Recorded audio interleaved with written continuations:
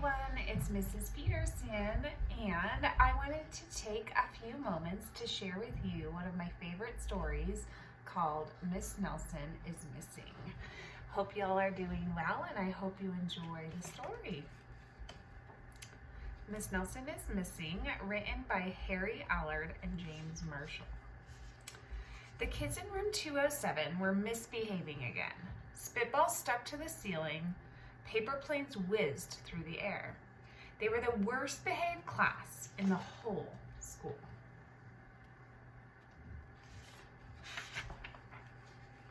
"Now settle down," said Miss Nelson in a sweet voice, but the class would not settle down. They whispered and giggled. They squirmed and made faces. Oh my goodness.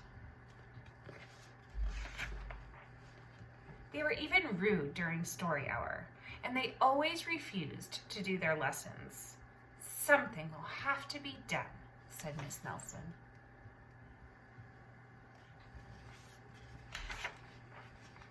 The next morning, Miss Nelson did not come to school.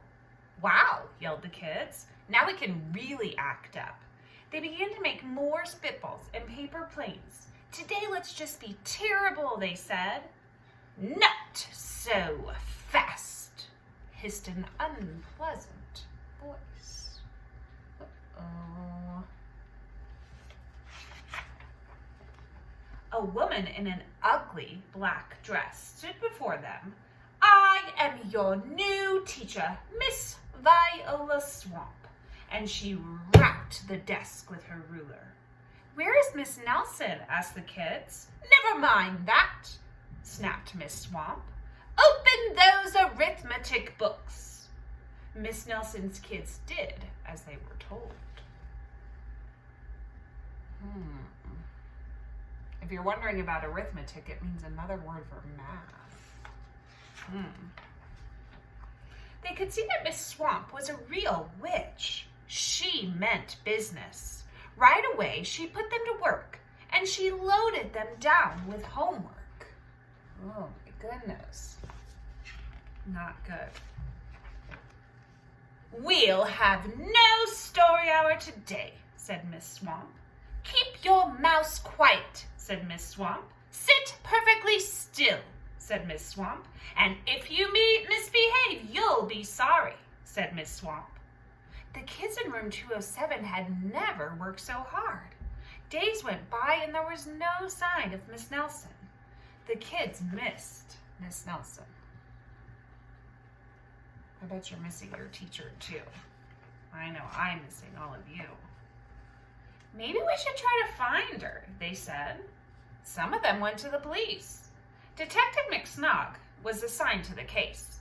He listened to their story. He scratched his chin. He said. "I think Miss Nelson is missing." Detective McSnog would not be much help.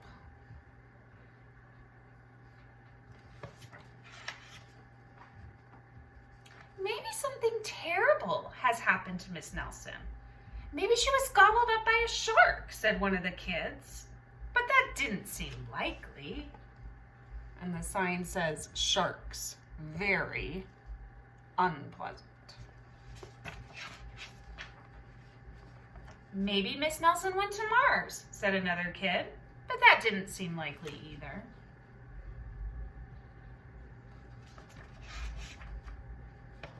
"I know," exclaimed one know-it-all.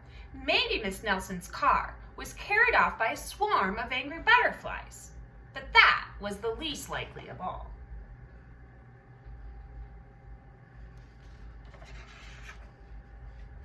The kids in room 207 became very discouraged.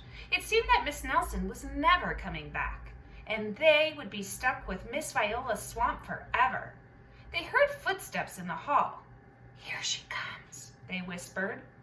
"Hello, children," someone said in a sweet voice. Look, they're all just sitting like perfect angels. Who could it be? "It was Miss Nelson. Did you miss me?" she asked. "We certainly did," cried all the kids. "Where were you?" "That's my little secret," said Miss Nelson. "How about a story hour?" "Oh, yes," cried the kids. Miss Nelson noticed that during story hour, no one was rude or silly. "What brought about this lovely change?" she asked. "That's our little secret," said the kids. What do you think? What made them all change? Why are they acting so nice now?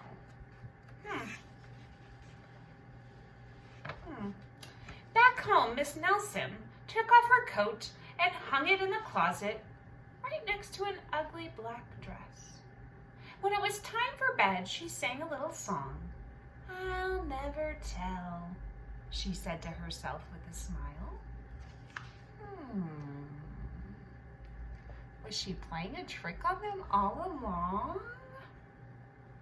I don't know. P.S. Detective McSnog is working on a new case. He is now looking for Miss Viola Swamp. And that's the end. Again, one of my very favorite stories. I miss you all. Hope you're doing well. And I hope you're reading lots and lots of books. Take care.